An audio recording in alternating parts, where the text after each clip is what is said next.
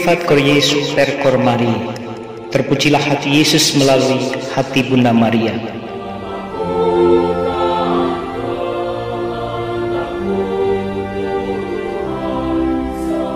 Jumpa kembali dengan saya Romo Anselmus Inharjanto SI dari komunitas SI Palembang Indonesia dalam resi Renungan Singkat Dehonian edisi Senin 7 Desember 2020. Mari kita renungkan Injil Lukas bab 5 ayat 17 sampai ayat 26.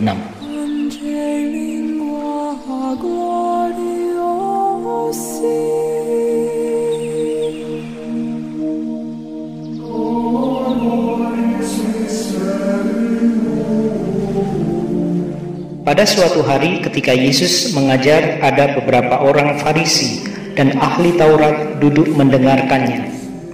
Mereka datang dari semua desa di Galilea dan Yudea dan dari Yerusalem. Kuasa Tuhan menyertai dia, sehingga ia dapat menyembuhkan orang sakit. Lalu datanglah beberapa orang mengusung seorang lumpuh di atas tempat tidur. Mereka berusaha membawa dia masuk dan meletakkannya di hadapan Yesus.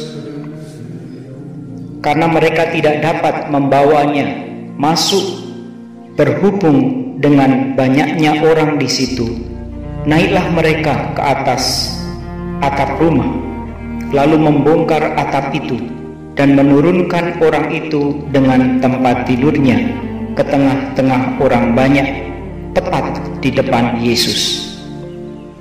Ketika Yesus melihat iman mereka, berkatalah ia, "Hai saudara, dosamu sudah diampuni."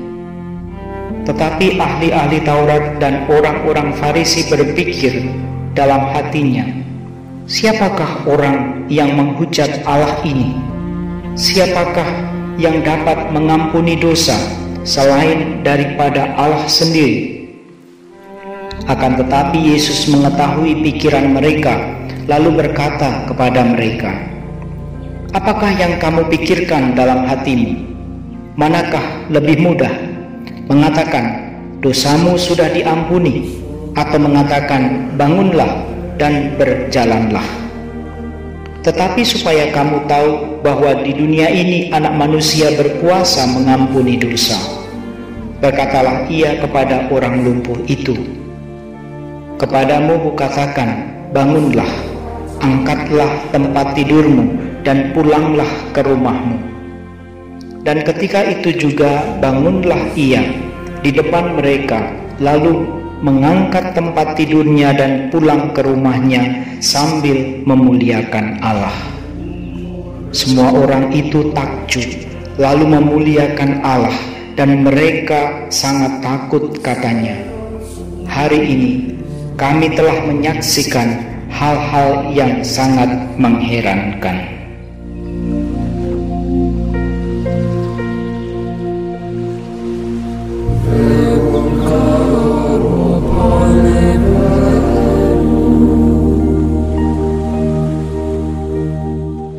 Sobat Resi yang terkasih, saya tertarik dengan narasi Lukas yang mengungkapkan ketika Yesus melihat iman mereka, berkatalah ia, dan seterusnya dan seterusnya.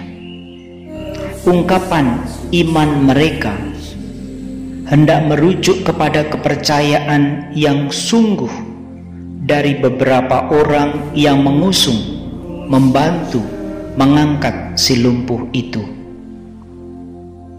Mereka yang membongkar atap rumah dan menurunkan si lumpuh hingga sampai di hadapan Yesus. Kehendak para sahabat si lumpuh inilah yang menghantar si sakit kepada keselamatan, kesembuhan, dan penebusan dosa. Sobat Resi terkasih, tampak sekali bahwa Yesus memandang dengan penuh kasih iman kita saat kita mau mewujudkan bela rasa kepada mereka yang tak berdaya, yang lumpuh dan mempunyai kelemahan lainnya. Menengok di sekitar kita bisa jadi banyak orang yang sebenarnya membutuhkan uluran tangan dan bantuan kita untuk sampai kepada Yesus Sang Penyembuh. Dari dirinya mereka mungkin tidak mampu meraih dan tiba dekat dengan Yesus, namun kesaksian kita mampu menghadirkan Yesus di hadapan mereka.